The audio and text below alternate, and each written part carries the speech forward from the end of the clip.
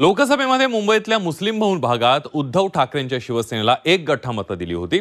यावेळीही मुस्लिम मतदार कोणती भूमिका घेतील याकडे सर्वांचं लक्ष होतं। मात्र यावेळीही मुंबईमध्ये मुस्लिम मतदारांनी ठाकरेंना साथ दिल्याचं पाहायला मिळतंय। बघूया।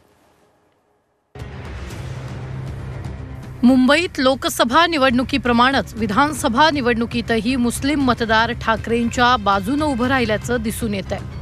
उद्धव ठाकरेंनी मुंबईत 22 जागा लढवल्या, त्यापैकी 10 जागांवर त्यांचे उमेदवार विजयी झाले। या 10 पैकी भायखळा, माहीम, वांद्रे पूर्व आणि वर्सोवा या मुस्लिम बहुल मतदारसंघात मुस्लिम मतांमुळे ठाकरेंचे उमेदवार तरले आहेत। मनसेने अमित ठाकरेंना उमेदवारी दिल्यानं माहीम मतदारसंघाची चर्चा संपूर्ण राज्यभरात होती। माहीममध्ये उद्धव ठाकरेंचे उमेदवार महेश सावंत यांनी 1016 मतांनी विजय मिळवत भगवा फडकावलाय, तर सदा सरवणकर हे दुसऱ्या स्थानी होते, तर अमित ठाकरे तिसऱ्या स्थानी। महेश सावंत यांना 50,213 मतं मिळाली, तर शिवसेनेच्या सदा सरवणकर यांना 48,897 मतं मिळाली। अमित ठाकरेंना 33,062 मतं मिळाली। सदा सरवणकर निवडणूक लढण्यावर ठाम राहिल्यानं हिंदू मतविभाजनाचा फटका अमित ठाकरेंना बसलाय। तसंच सावंत यांना मुस्लिम मतं मिळाल्यानं त्यांचा विजय सुकर झालाय।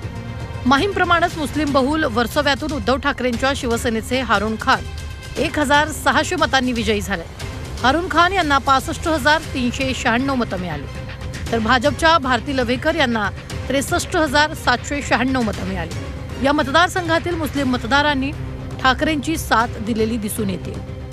मातोश्रीच्या अंगणात म्हणजेच वांद्रे पूर्व मतदारसंघात वरुण सरदेसाई यांनी विजयाचा गुलाल उधळला।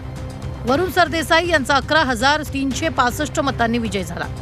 वरुण सरदेसाई यांना 57,708 मतं मिळाली, तर राष्ट्रवादीच्या जिशान सिद्दीकींना 46,343 मतं मिळाली, तर मनसेच्या तृप्ती सावंत यांना 16,074 मतं मिळाली।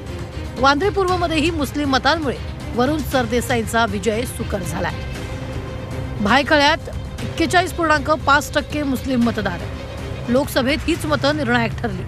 हीच मतं विधानसभेतही उद्धव ठाकरेंचे उमेदवार मनोज जामसुदकर यांना पडली आहेत। मनोज जामसुदकर यांनी शिवसेनेच्या यामिनी जाधव यांचा 31,361 मतांनी पराभव केला, तर एमआयएमचे उमेदवार यांना फक्त 5,531 मतं मिळाली। लोकसभेप्रमाणेच विधानसभेतही मुस्लिमांची एक गठ्ठा मतं ठाकरेंना मिळालेली आहेत। ब्युरो रिपोर्ट, झी 24 तास, मुंबई।